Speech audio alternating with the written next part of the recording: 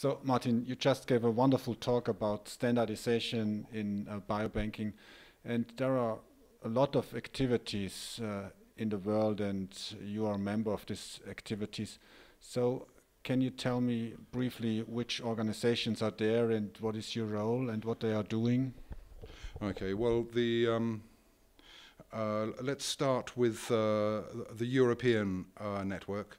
There is an emerging European network, which is called BBMRI ERIC, which stands for Biobanking, Biomolecular Resources, Research Infrastructure, European Research Infrastructure Consortium, if that helps. It's a very, very long acronym, and really it needs to be made a bit shorter. It just means European Biobanking Network. That's what it means. Mm-hmm. And it is coming into existence with the support of 12 member states to create the legal framework which will provide an umbrella for the work that we as scientists can do. So that's the most important thing. And I can tell you that the Americans are looking on with great interest at what we're doing, and almost jealousy, I would suspect, on some occasions. Not jealousy, maybe that's not the right word, but certainly of a wish to emulate what the Europeans are doing. Yes?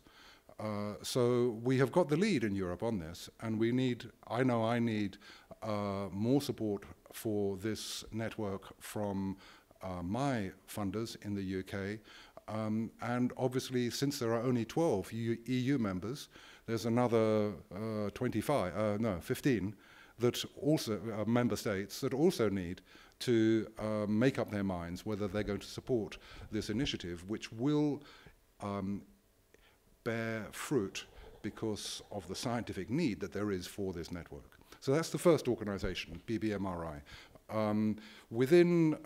There is also a global organization which is attempting to bring together the emerging European network together with other European global organizations like P3G, Public Population Projects in Genomics, which is this Canadian initiative, and also with other global organizations which are now coming together to form a global federation of international biobanking organizations, FIBO, F-I-B-O. Mm-hmm. Okay, within my own country, we have the perspective of creating a national biobanking network. Okay, and that comes within the emerging infrastructures envisaged by a funding body called Research Councils UK. So we exist as an emerging infrastructure, but an emerging infrastructure is one that hasn't got any money yet, and therefore that's what emerging means. And that therefore points to the need to make a stronger possible case for the scientific case for the development of a UK network. However, there are equally some initiatives, smaller initiatives, around particular areas where groups of people, of investigators who have got resources which they need to share are coming together to help with that sharing process. In the field of cancer, there is a national confederation of cancer biobanks. There is now the development of a national childhood leukemia biobank, where leukemia samples from children around the country will be stored at one central hub, and that there will be some kind of access policy that facilitates access to those resources by people who need those samples. And that will be located in Manchester. The UK Biobank project, which is a prospective epidemiological study, has some elements of a network in it, because it comprises not only the facility for sample and data management in Manchester, but also some software development in Oxford. But more significantly, it has developed a whole series of regional centres, of 7 regional centres around the UK, which have been responsible for accrual in those particular areas of the country. So there is an aspect of a network there, but it's more similar to collaboration than a real network.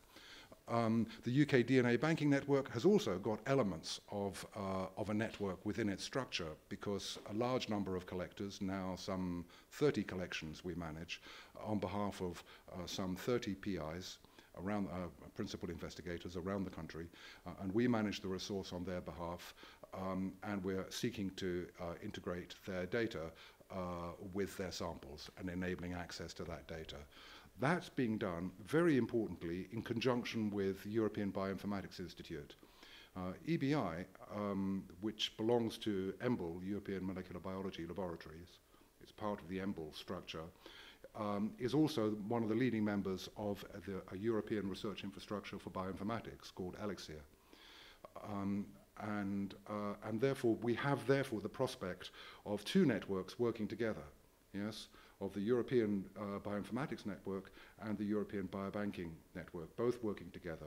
And where we are, because we in the UK, with the UK DNA Banking Network, are trying to get EBI, well, we're in collaboration with EBI to develop data access through the EBI's European Genome Phenome Archive. Because we're doing that, that should provide a pilot for what could serve the research needs of genomics, metabolomics, proteomics, epidemiology, clinical research, right the way across the continent. Okay. Yeah.